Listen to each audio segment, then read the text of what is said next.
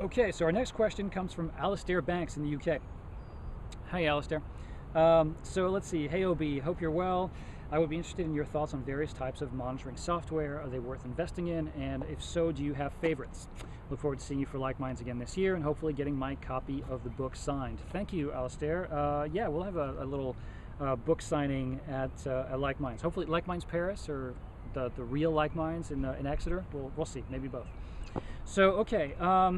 Various types of monitoring software, are they worth investing in? Yes. Do you have favorites? No. So here's how it works. I don't usually get to recommend monitoring software to any of my clients, because what happens is when I get there, they usually already have their own. They're typically working with an agency already, or the client is an agency and they're already working with several, not just one, usually bits of software for monitoring and kind of organizing and managing their social media presence and activities. So I've gotten to play with a lot of them.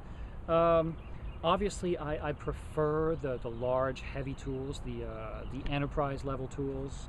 I don't want to name names. I don't have any contracts with any of them. I don't want to play favorites. My advice to anybody is just to go out there and get demos of every single bit of social media software or platforms that you can get your hands on. Don't get a particular tool because your competitor uses it or because you read an article about it in Wired magazine or in Fast Company. Although definitely let those articles influence you by all means, but find out what works for you. So most of these tools, whether they're free tools or very robust, very expensive tools, will allow you to take a tour. And I really encourage every business out there to take the time. It might take several months, I'm sorry, to go through all of them and to really kind of figure out which one you want to use or which combination of tools you want to use.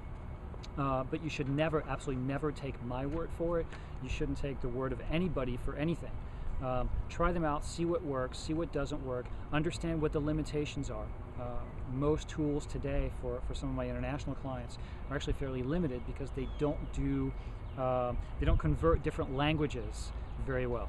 So they work well for English, for example. They might work well for French, German, and the Western tongues. But as soon as you get into Middle Eastern markets or Asian markets, you're done. They won't work for you very well. So find something that's adaptable if you're an international company. Find something that's also easy to connect to some of your other business analysis software tools. So if you want to be able to extract data from this stuff and organize it well, make sure that the tool isn't just flashy and cool and very pretty on the outside. Make sure that it's also functional in terms of what you usually do with data and how you present it and how you analyze it inside of your company. So there's a little bit of due diligence there in the selection of social media tools that I would encourage every company, large or small, to go through. And also look at the budgets. Sometimes you'll find the perfect tool, but it's just not in your budget. You're not going to be able to afford it. So finding the perfect tool, or my recommending the perfect tool, without knowing more about the company's situation, without understanding its markets, its budget, its capabilities, its needs, would probably be ill-advised. All right, see you, Alistair. Bye-bye.